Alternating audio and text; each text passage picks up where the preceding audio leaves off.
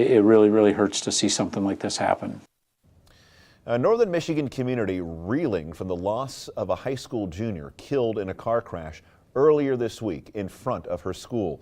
That student is being identified by the Mason County Sheriff's Office as 16-year-old Samantha Jo Bateson, a junior from Custer.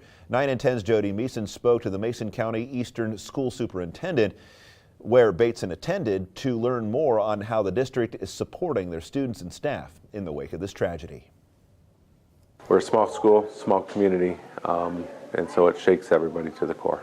Mason County Eastern School Superintendent Paul Schaup says it's hard enough to lose a student, but it's even harder when you see the accident happen right in front of you. It happened at noon, so a lot of our students do travel at that point out to the community college for either dual enroll courses or career tech courses. Schaup says they have counselors to help students and staff. I was out there, a number of staff came in, number of our students assisted initially. So, you know, our SRO and students, they truly were the first responders on the scene. The Mason County Sheriff says the school resource officer was one of the first to arrive and recognize the student. He tried his best to render first aid, but it was a violent impact.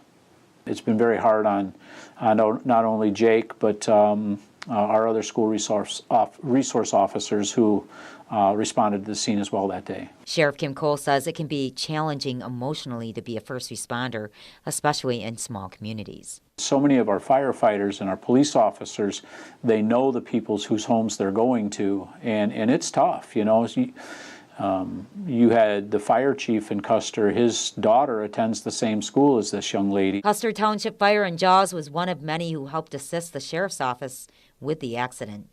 Schaup says Samantha was a great kid that loved being at the school and was loved by her fellow classmates. She was one of these quiet students that was giving. I mean, and I'm talking just inherently always volunteering.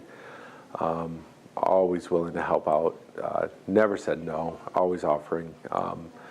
That's probably the best way I can explain her. The sheriff says speed and alcohol are not believed to be factors in the crash. Schaup says a passenger in Bateson's vehicle, an 18-year-old senior, was injured and hospitalized. He is recovering at home. The driver was not injured. Sounds like she pulled up to the stop sign and then pulled into the path of the truck that was going down, the pickup truck that was traveling east on US 10. In Mason County, Jody Meeson, 9 and 10 News.